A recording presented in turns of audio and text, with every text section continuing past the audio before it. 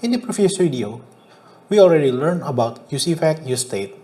This time we will learn on how to create our own hook. Custom hook basically like a function, but it can have functions, logics, flows, and another hooks inside. Actually, I think this is the most important thing in React. With using custom hook, we can separate view and logic nicely. We will create hook based on our previous functions. So I think useCounter is a great name for the hook.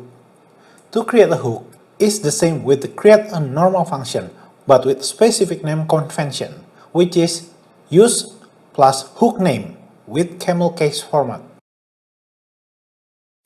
Inside this hook, we can just cut and paste our logic function from app to it. Remember that when we use useState hook, we can use the state and set state from it. We can also do that by returning the state and the function that we want to use in the app. Instead of array format, I choose to use object literal format. For now, just return decrease and increase function. To use our hook, it's the same with other hook. But this time, because we're using object literal, we describe our function using object literal too. Get the function name that we want to use from the hook.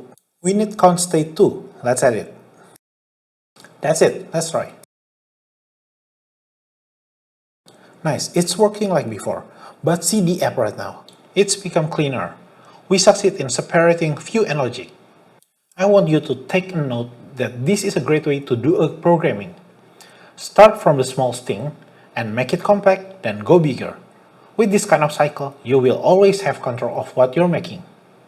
So this isn't just a tutorial on how to create custom hook, but I want you to take a look at the overall process.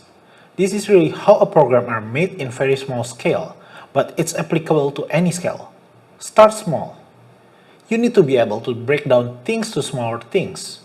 And of course, this isn't the whole process. If you're working with large-scale works, you need to have tests for it. But it's giving you the overall view. That's it for now. Don't forget to update your works to GitHub. Thank you for watching. Don't forget to like and subscribe.